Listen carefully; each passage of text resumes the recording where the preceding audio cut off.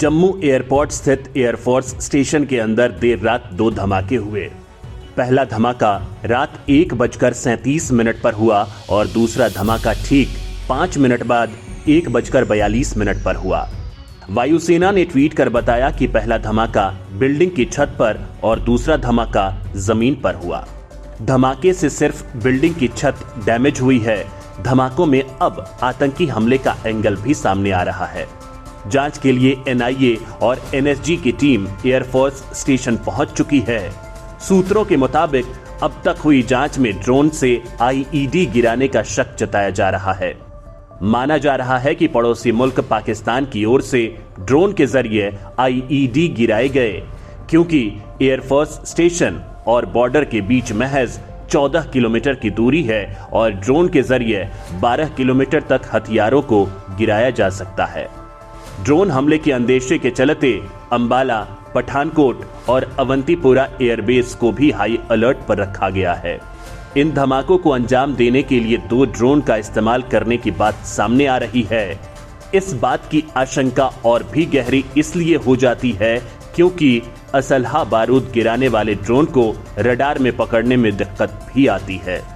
पहले भी कई बार ऐसे ड्रोन रडार की पकड़ में आने से बच चुके हैं। वायुसेना की हाई लेवल इन्वेस्टिगेशन टीम भी इसकी जांच करने वाली है, क्योंकि हमलावरों का टारगेट एयरबेस में खड़े एयरक्राफ्ट थे।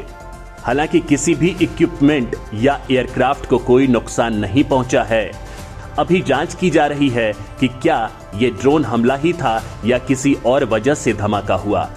लेकिन सूत्रों का कहना है कि वायुसेना की पेट्रोलिंग टीम ने हथियारों को गिरते देखा था। अगर इस धमाके के पीछे ड्रोन हमले के सबूत मिल जाते हैं तो ये देश का पहला ऐसा ड्रोन हमला होगा जो भारत के किसी सैन्य ठिकाने पर हुआ है। इस मामले में रक्षा मंत्री राजनाथ सिंह ने वायुसेना vice air chief air marshal HS Arora से बात की है और मामले पर जानकारी ली है।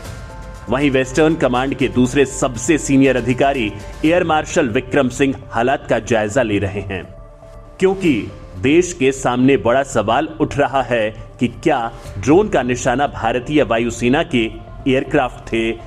क्या फिर से पठानकोट अटैक दोहराने की साजिश थी? इन सभी सवालों का जवाब तलाशने में पुलिस के साथ साथ केंद्रीय एजेंसियां जुट गई हैं। सूत्रों ने कहा कि ड्रोन का संभावित लक्ष्य इलाके में खड़ा भारतीय वायुसेना का विमान था। हालांकि अभी धमाकों में ड्रोन के इस्तेमाल को लेकर कोई आधिकारिक पुष्टि नहीं हुई है और कुछ साफ साफ कहा भी नहीं जा रहा है, क्योंकि अभी भी जांच चल रही है। ये भी पता लगाया जा रहा है कि कहीं एयरफोर्स स्टेशन पर ही कुछ ऐसा तो नहीं हुआ जिस वजह से धमाका हो गया हो।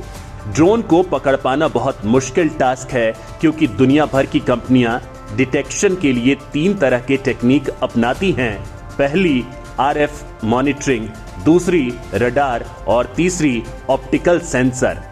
हालांकि इन तीनों की ही अपनी कुछ लिमिटेशन भी हैं। जैसे आरएफ मॉनिटरिंग प्री प्रोग्राम्ड और सैटेलाइट ड्रोन को नहीं पकड़ पाता। ऐसे ही रडार के मामले में ड्रोन को डिटेक्ट कर पाना उसकी रेंज पर डिपेंड करता है। वहीं ऑप्टिकल सेंसर यानी कैमरे कम दूरी के ड्रोन ही डिटेक्ट कर पाते हैं। अगर ज्यादा दूरी के ड्रोन को पकड़ना है तो उसके लिए थर्मल कैमरा का इस्तेमाल करना होगा, जो काफी महंगा पड़ता है।